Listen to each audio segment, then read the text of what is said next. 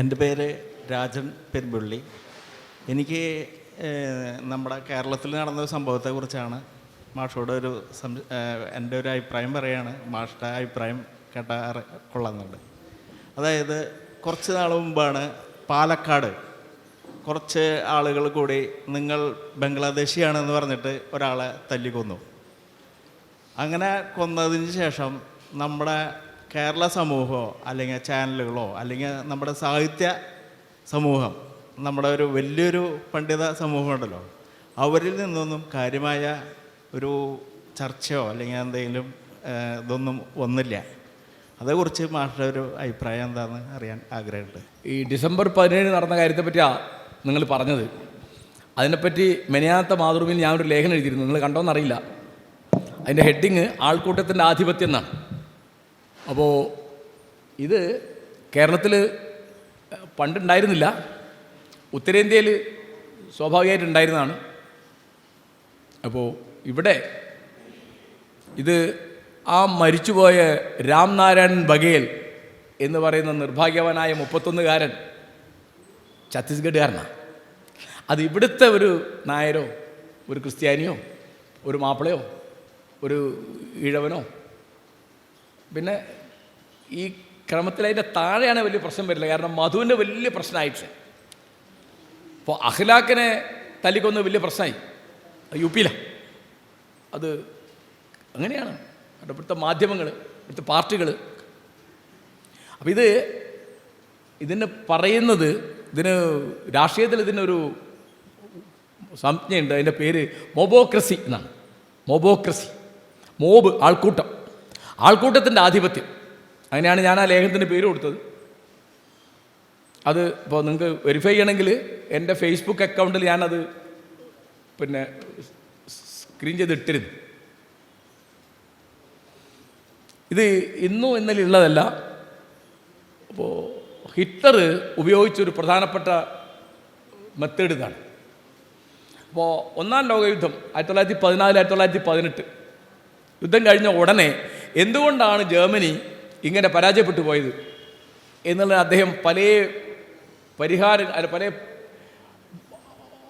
വഴികൾ കണ്ടെത്തി പറയും. അതിൽ ഒരു പ്രധാനപ്പെട്ട കാര്യം പറഞ്ഞത്, യഹൂദന്മാർ രാഷ്ട്രവിരുദ്ധമായി ദേശവിരുദ്ധമായി പെരുമാറി അവർക്ക് അവരുടെ മതത്തോടല്ലാതെ ജർമ്മനിയോട് യാതൊരു തരത്തിലുള്ള കൂറും ഇല്ല. അതുകൊണ്ട് അവർ വഞ്ചിച്ചു, അവർ ദേശവിരുദ്ധരായി പെരുമാറി എന്നൊക്കെ പറഞ്ഞിട്ട് വരും. പിന്നെ അദ്ദേഹത്തിൻ്റെ കണ്ണിലെ വേറെ ഒരു ശത്രുക്കൾ കമ്മ്യൂണിസ്റ്റുകാരാണ്, വേറെ ഒന്ന് അവിടുത്തെ ലിബറലുകളാണ്, വേറെ ഒരു കൂട്ടർ അവിടുത്തെ ബുദ്ധിജീവികളാണ്. അപ്പോൾ ഇവർക്കൊക്കെ എതിരായിട്ട് ഹിറ്റ്ലർ ഭീകരമായിട്ട് പ്രസംഗിക്കും. അദ്ദേഹത്തിൻ്റെ പ്രസംഗം എന്ന് പറയുന്നത്, ഞാനത് യൂട്യൂബിൽ കണ്ടിട്ടുണ്ട്.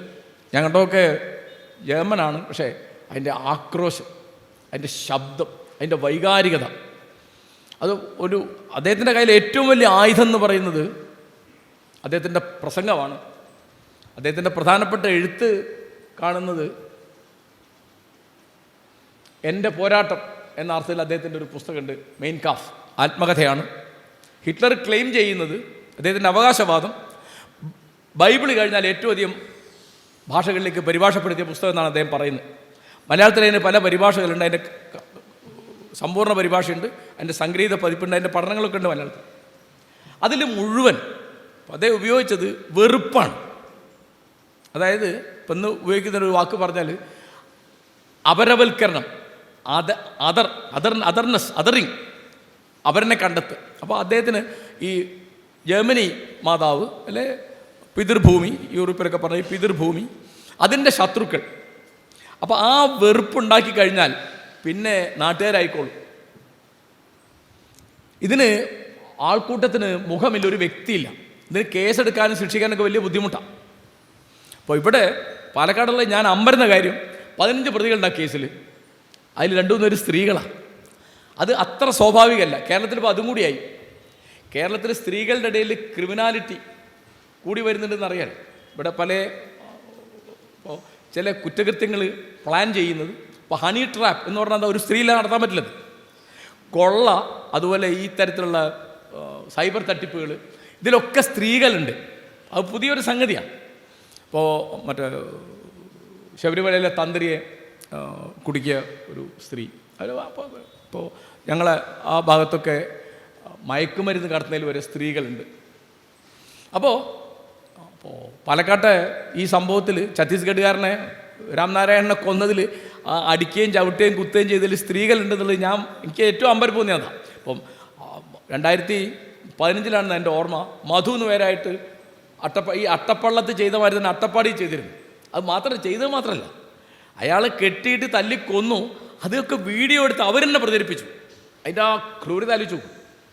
അതായത് ഇപ്പോൾ നമ്മുടെ പല സ്ത്രീ പീഡകന്മാരുടെ ഒരു രസം എന്താ, അവളെ പീഡിപ്പിക്കുമ്പോഴല്ല അവർക്ക് രസം, അതിൻ്റെ എത്രയോ ഇരട്ടി രസമാണ് അതിൻ്റെ വീഡിയോ അവർ തന്നെ എടുത്ത് അവരെന്നെ കണ്ട് രസിക്കുന്നത്.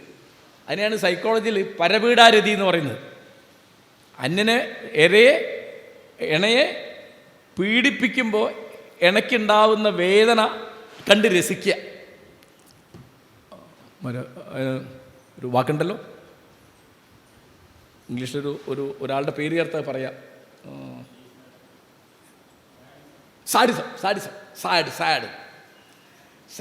സാഡിനെ പറ്റി ഞാൻ വായിച്ചിട്ടുണ്ട്. അദ്ദേഹം ഒരു കന്യാസ്ത്രീയെ പിടിച്ചുകൊണ്ടുവന്ന് പൂർണ്ണ നഗ്നയാക്കിയിട്ട് ബലാത്സംഗം ചെയ്യണം, ഇങ്ങനെ പിടിച്ച് കെട്ടിയിട്ടിട്ട്. അദ്ദേഹത്തിന് സഹായികളൊക്കെ ഉണ്ട്. പക്ഷെ അദ്ദേഹം ഏറ്റവും ആനന്ദിച്ചത് ഇവളുടെ ഈ നഗ്നമായ ശരീരത്തിൽ കത്തി കൊണ്ടിങ്ങനെ വരഞ്ഞിട്ട് രക്തം പൊടിച്ചു വരുമ്പോൾ മെഴുതിരി കത്തിച്ചിട്ട് അതിൽ ഉറ്റിക്കുക. അത് ആ സമയത്ത് അവൾ പെടഞ്ഞ് കരയുന്ന കണ്ടുള്ള ആനന്ദം. അപ്പോൾ കോടതി ഇയാളെ വിചാരണ ചെയ്യുമ്പോൾ ഇയാൾ പറയുന്നുണ്ട് അവളത് രസിച്ചിരുന്നു. അങ്ങനെ ഒരു മനോവൈകൃതം വേറെ ഉണ്ട്, മസോക്കിസം എന്ന് പറയും. അത് തല്ല് കൊള്ളുന്നതിൽ രസിക്കുക, മസോക്കുന്ന ഒരാളുടെ. അങ്ങനെ ഫ്രോയിഡ് പറയുന്നത് ഈ 2 മനോവൈകൃതങ്ങളുണ്ട്. ഒന്ന് ഇണയെ പീഡിപ്പിക്കുമ്പോൾ ഉണ്ടാവുന്ന ആനന്ദം, വേറൊന്ന് ഇണയാൽ പീഡിപ്പിക്കപ്പെടുമ്പോൾ ഉണ്ടാവുന്ന ആനന്ദം. നമ്മളൊരു തമാശ പറയില്ലേ, കല്ലുടീൻ്റെ ഭാര്യ പറഞ്ഞു എനിക്കുള്ളത് തന്നേക്ക് എന്നെ കിടന്നുറങ്ങാമെന്ന്. ചായയിൽ 2 അടി കൊടുത്തിട്ട് നമുക്ക് കിടന്നുറങ്ങാം. അപ്പോൾ അവളെ രസിക്കുന്നുണ്ട് ഇതിൻ്റെ അർത്ഥം. അപ്പോൾ ചില ആളുകൾ സാഡോ മസോക്കിസ്റ്റാന്ന് പറയും. സാഡിസും ഉണ്ട്, മസോക്കിസും ഉണ്ട്. അപ്പം മസോക്കിനെ പറ്റി ഞാൻ വായിച്ചത്, അദ്ദേഹം ആദ്യ രാത്രിയിൽ ഭാര്യയോട് പറഞ്ഞത് ചെരുപ്പ് ഇയാളുടെ മുഖത്തടിക്കാനാണ്. അവൾക്ക് അടിക്കാൻ പറ്റിയില്ല. 2-3 മാസം കഴിഞ്ഞപ്പോൾ അവളെ ഡൈവോഴ്സ് ചെയ്തു. എന്താ കാരണം? അയാൾ പറയുന്നത് അവൾ ചെയ്യുന്നില്ല. അങ്ങനെ അപ്പോൾ അതുകൊണ്ട് ഈ ആൾക്കൂട്ടത്തിൻ്റെത് ജനാധിപത്യത്തെ തകർക്കാൻ വേണ്ടി ഹിറ്റ്ലർ, ഒരു ഉദാഹരണം പറയാം, ഉപയോഗിച്ചൊരു സംഗതിയാണിത്.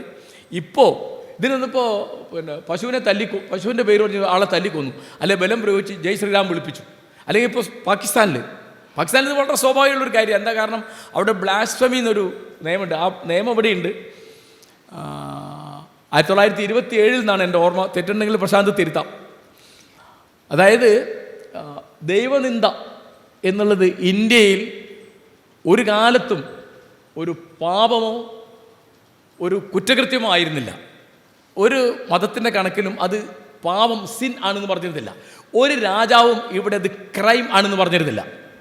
അതുകൊണ്ട് അതിൻ്റെ പേരിൽ ഇവിടെ ആരും ഒന്നും ചെയ്തിട്ടില്ല. ഇത് നിങ്ങൾ ദൈവത്തെ നിന്ദിച്ചു അല്ലെ മതത്തെ വിമർശിച്ചു എന്ന് പറഞ്ഞിട്ട്. ഇപ്പോൾ സോക്രട്ടീസിനെ വിഷം കൊടുത്ത് കൊന്ന അങ്ങനെയാണ്, ക്രിസ്തുവിനെ കുരിശിൽ കൊന്ന അങ്ങനെയാണ്, ബ്ലാസ്ഫമിയാണ്, ദൈവനിന്ദയാണ്. പക്ഷേ ദൈവനിന്ദ നടത്തിയ ആളാണ് ബുദ്ധൻ അല്ലെ മഹാവീരൻ അല്ലെ ചാർവാകൻ. അവർക്കൊന്നും ഇവിടെ ഈ പ്രശ്നമില്ല. അപ്പോൾ പാകിസ്ഥാനിൽ ഇപ്പോൾ വന്നത് എന്താ വെച്ചാൽ 1927 ഇവിടെ ഒരു പ്രശ്നം ഉണ്ടായി. അന്ന് എന്താ വെച്ചാൽ ഒരാളുടെ ഒരു ലേഖനം വായിച്ചു. ആ ലേഖനം ഇസ്ലാം മതത്തെ നിന്ദിക്കുന്നതെന്ന് പറഞ്ഞിട്ട് അയാൾ പോയിട്ട് മറ്റേ ആളെ കൊന്നു. അത് വലിയ കലാപമായി. ആ സമയത്താണ് 1860 IPCയിൽ പോലും ബ്ലാസ്ഫമി ഇല്ല. 1927 ഈ സാധനം കൊണ്ടുവരുന്നത്. അതും ദൈവത്തെ രക്ഷിക്കാനുള്ളതല്ല, മതത്തെ രക്ഷിക്കാനുള്ളതല്ല. അതിൻ്റെ പേരിൽ സാമൂഹ്യമായ ഹിംസ, കമ്മ്യൂണൽ വയലൻസ് ഇല്ലാതിരിക്കാൻ വേണ്ടിയത്. പക്ഷേ അവിടുന്ന് മുന്നോട്ട് പോയി പാകിസ്ഥാൻ. അവർ 1927 പിന്നെ AB എന്നൊക്കെ പറഞ്ഞിട്ട് 1973 അവിടെ ഈ അഹമ്മദികളെ നിരോധിച്ചുകൊണ്ട് അവരെ അമുസ്ലിം ന്യൂനപക്ഷമായി പ്രഖ്യാപിച്ചുകൊണ്ട് പിന്നെ ഭൂട്ടോൻ്റെ കാലത്ത് നിയമം വന്ന്, പിന്നെ സിയാഉല്ലക്കിൻ്റെ കാലത്ത് ബ്ലാസ്ഫമിക്ക്, ദൈവനിന്ദയ്ക്ക് വധശിക്ഷ കൊടുത്തു. അപ്പോൾ അവിടുത്തെ നിയമത്തിൻ്റെ തമാശ എന്താണെന്നറിയാം. നിങ്ങൾ ദൈവത്തെ നിന്ദിച്ചു അല്ലെങ്കിൽ പ്രവാചകനെ നിന്ദിച്ചു, അല്ലെങ്കിൽ ഖുർആനെ അവഹേളിച്ചു എന്ന് പറയാം. എന്താ പറഞ്ഞെന്ന് കോടതി പറയാൻ പാടില്ല. ആ പറയുന്ന അവഹേളനാവും. അപ്പോൾ തെളിയിക്കേണ്ട ആവശ്യമില്ലത്. കണ്ടോ, നിയമത്തിന് തമാശ കണ്ടോ? നിങ്ങൾ അള്ളാഹുവിനെ നിന്ദിച്ചു, അല്ലെങ്കിൽ പ്രവാചകനെ നിന്ദിച്ചു, അല്ലെങ്കിൽ ഖുർആനെ അവമാനിച്ചു, അല്ലെങ്കിൽ നബിവചനത്തെ അവഹേളിച്ചു എന്ന് പറഞ്ഞാൽ മതി. അത് രണ്ടാൾക്ക് എന്താ പറഞ്ഞെന്ന് കോടതി ചോദിക്കൂല, വക്കീൽ ചോദിക്കൂല, പ്രോസിക്യൂട്ടർ ചോദിക്കൂല. അപ്പോൾ അതിന് ഏതുവരെ അഹമ്മദികൾ മുസ്ലിങ്ങളാണ്, സ്വയം മുസ്ലിങ്ങളാണെന്ന് പറഞ്ഞാൽ അവരെ തൂക്കിക്കൊല്ലാൻ വകുപ്പുണ്ട് അവിടെ. അത്ര ഭീകരാണത്. അപ്പോൾ ഈ സാധനം, ഈ ആൾക്കൂട്ടത്തിൻ്റെ അങ്ങനെ ഒരു പ്രധാനപ്പെട്ട പുസ്തകമുണ്ട്. അദ്ദേഹത്തിൻ്റെ പേര് വില്യം റീഹ് എന്നാണ്. മാസ് സൈക്കോളജി ഓഫ് ഫാസിസം, ഫാസിസത്തിൻ്റെ ആൾക്കൂട്ട മനഃശാസ്ത്രം എന്ന് പറഞ്ഞാൽ മലയാളത്തിലുണ്ടത്. അപ്പോൾ ഇത് ഒരു ഫാസിസത്തിൻ്റെ ഒരു വഴിയാണ്. അതിന് അധികാരത്തിലേക്ക് വരാനുള്ള ഒരു വഴിയാണ്. അത് അധികാരം നിലനിർത്തുന്ന വഴിയാണ്. കാരണം ഇപ്പോൾ ഇവിടെ എങ്ങനെ ഉണ്ടാകുന്ന വെച്ചാൽ ഇത്രയധികം വെറുപ്പ്. നമ്മളിപ്പോൾ ഒന്നും വേണ്ട, നിങ്ങൾ ഈ മോദിയെ ഇവരെ ആരും പറയണ്ട. ഫേസ്ബുക്ക് നോക്കുക, വാട്സപ്പ് നോക്കുക, യൂട്യൂബ് നോക്കുക, എത്രയാണ് അതിൽ ഈ വിദ്വേഷ പ്രചാരണം. ഇപ്പോൾ ഒന്നും വേണ്ട, ആലോചിച്ച് നോക്കൂ. ഇപ്പോൾ വെള്ളാപ്പള്ളി നടേശൻ, അദ്ദേഹത്തിൻ്റെ പ്രസംഗങ്ങളോ പ്രസ്താവനകളോ പ്രതികരണങ്ങളോ ഉണ്ടാക്കുന്ന അത്ര വിദ്വേഷം ഈ അടുത്ത കാലത്തുള്ള ഉണ്ടാക്കിയാൽ കണ്ടിട്ടില്ല. ഒരു ഉദാഹരണം പറയണം. ഈ തരത്തിൽ അല്ലെ പി സി ജോർജ്, അറിയിച്ചു രണ്ടും ഒരു നഖത്ത് കെട്ടേണ്ട ജാതിയാ രണ്ടെണ്ണം. ഇങ്ങനെ ഇപ്പോൾ ക്രിസ്ത്യാനികൾക്കെതിരായിട്ട്, മുസ്ലിങ്ങൾക്കെതിരായിട്ട്, മലപ്പുറത്തുകാർക്കെതിരായിട്ട് ഈ പറയുന്ന എന്താണെന്ന്, മലപ്പുറത്ത് മതാധിപത്യം ഉള്ള സ്ഥലമാണെന്നാണ്, അത് വേറെ ഒരു രാഷ്ട്രമാണെന്നാണ്. അവിടെ ഈഴവന്മാർക്ക് ജീവിക്കാൻ നിവൃത്തിയില്ല എന്ന് പറഞ്ഞാൽ മറുപടി രണ്ട് പിണറായി വിജയനല്ലേ? അതേയല്ലേ ഇവിടെ മുഖ്യമന്ത്രി 10 കൊല്ലമായിട്ട്, അതേയല്ലേ ആഭ്യന്തര വകുപ്പ് കൈകാര്യം ചെയ്യുന്നത്. അപ്പോൾ മലപ്പുറം ജില്ലയിൽ ഈഴവന്മാരെ ജീവിക്കാൻ മുസ്ലിങ്ങൾ വിടുന്നില്ല എന്ന് പറഞ്ഞാൽ അതിന് മറുപടി പറയേണ്ടത് മുസ്ലിങ്ങളോ മുസ്ലിം ലീഗാരോ അല്ല, മറുപടി പറയേണ്ടത് ആഭ്യന്തര വകുപ്പ് കൈകാര്യം ചെയ്യുന്ന മുഖ്യമന്ത്രിയാണ് അല്ലേ? അത് തിരിയാനുള്ള തല അവർക്കുമില്ല. അത് അദ്ദേഹത്തെയാണ് വിമർശിച്ചത്, അത് അദ്ദേഹത്തിന് തിരിയുന്നില്ലണ്ടോ? പിണറായി വിജയൻ്റെ നേരെയാണ് ഈ വിമർശനം വരുന്നതെന്ന് നിർഭാഗ്യവശാൽ നമ്മുടെ ബഹുമാനപ്പെട്ട മുഖ്യമന്ത്രിക്ക് തിരിയുന്നില്ല. ഞാൻ പറയുന്നത് ഇവിടെ ഈ അടുത്ത കാലത്ത് ഇത്രയധികം ഈ കമ്മ്യൂണൽ പോളറൈസേഷൻ, സാമുദായികമായ ചേരിതിരിവ്, ഇനിയിപ്പം മലയാളികൾക്ക് മനസ്സിലാവുന്നത് ധ്രുവീകരണം എന്ന് പറഞ്ഞാൽ മനസ്സിലായി, അല്ലെ പോളറൈസേഷൻ എന്ന് പറഞ്ഞാൽ മനസ്സിലായി. ചേരിതിരിവ് എന്ന് പറഞ്ഞാൽ അങ്ങനെ അങ്ങോട്ട് തിരിയില്ല, അതതിൻ്റെ ചെറിയ കാര്യം. മറ്റേത് പോളറൈസേഷൻ. അപ്പം ഇതിൻ്റെ ഈ ആൾക്കൂട്ട് ഇപ്പോൾ ഇവിടെ ഇപ്പോൾ ഉള്ള ഒരു കാര്യം, ഈ സദാചാര ഗുണ്ടായിസം അല്ലേ? ഇപ്പോൾ ഒരാണും പെണ്ണും കടപ്പുറത്ത് അല്ലെങ്കിൽ ഒരു പാർക്കിൽ അല്ലെങ്കിൽ റെയിൽവേ സ്റ്റേഷനിൽ ഒറ്റയ്ക്ക് ഒരു മൂലയ്ക്ക് ഇരിക്കുകയാണെങ്കിൽ ഇതാരാണെന്ന്, ഇത് നമ്മളെ കുട്ടികൾ ഇവിടുന്ന് കാനഡയിലേക്കും ഇംഗ്ലണ്ടിലേക്കും ഓസ്ട്രേലിയയിലേക്കും ഒക്കെ പോകുന്നതിൻ്റെ കാര്യം എന്താണെന്ന് അറിയാം. ഇപ്പോൾ ദുബായി പോയാലൂടെ ഈ പ്രശ്നമില്ല. പ്രൈവസിയിലേക്ക് ഇങ്ങനെ കടന്നു കയറുന്ന, സ്വകാര്യത ഇത്ര മാനിക്കാത്തൊരു പ്രദേശം. പൊതുവേ ഇന്ത്യ അങ്ങനെയാണ്. എത്രയോ ഭേദമാണ് ബോംബെ, കൽക്കട്ട, ഡൽഹി, മദ്രാസ് പോലുള്ള നഗരങ്ങൾ. കേരളത്തിലെ ഏത് ഗ്രാമവും ഏത് നഗരവും ഇതേമാതിരില്ല. അപ്പോൾ പ്രായമായ ഒരു സ്ത്രീയും ഒരു ചെറുപ്പക്കാരൻ ഇരിക്കുകയാണ്, അമ്മയും മകനും ആയിരിക്കും. നിങ്ങൾക്ക് ആലോചിക്കേണ്ട ആവശ്യമില്ല അവരെന്താ അമ്മയും മകനോ ഭാര്യയും ഭർത്താവോ കാമുകനും കാമുകി എന്താ ആയിക്കോട്ടെ, നിങ്ങൾക്ക് എന്താന്ന് ഇത് എൻ്റെ വിഷയമല്ല. കാരണം ഇത് ലൈംഗികമായ അസൂയ, ഇത് സെക്ഷൽ ജെലസിയാണ്. ഞങ്ങളുടെ നാട്ടിൽ ഇങ്ങനെ ഒരു സംഭവം ഉണ്ടായിട്ട് ചെറുപ്പക്കാരനെ തല്ലിക്കൊന്നു. അതിനുള്ള 10-12 ആളിപ്പോൾ ജയിലിലാണ്, ജീവപര്യന്തം കിട്ടിയിട്ട്. അടിച്ചു. അതിലൊരു പ്രതി ആരാന്നറിയാം? ഇവൻ ഇവിടെ ഈ വീട്ടിൽ വരുന്നുണ്ട് എന്നുള്ള വിവരം അറിയിക്കണം എന്നുണ്ടൊരു ഓട്ടോ ഡ്രൈവർ വിവരം കൊടുത്തു. അവനും കൂടി ആ കേസിൽ പ്രതിയായി, തല്ലിക്കൊന്നു. അയാളുടെ പേര് ഷഹീദ് ബാവാൻ. അന്ന് ഈ പറഞ്ഞ മാതിരി ഞാൻ മലയാള മനോരമ ഒരു ലേഖനം എഴുതിയിരുന്നു കേട്ടോ. ആരും ഇത് കാണാതെ പോകുന്നുണ്ടെന്ന്, എല്ലാം ഞാൻ കാണുന്നുണ്ടെന്നല്ല, എന്തെങ്കിലുമൊക്കെ ഞാൻ കാണുന്നുണ്ട്. എന്നെ കൊണ്ടാകുപോലെ അതുപോലെ എന്നെ മാതിരില്ല വേറെ ആൾക്കാർ ഫേസ്ബുക്കിലൊക്കെ ഇത് എഴുതുന്നൊക്കെ ഉണ്ട്.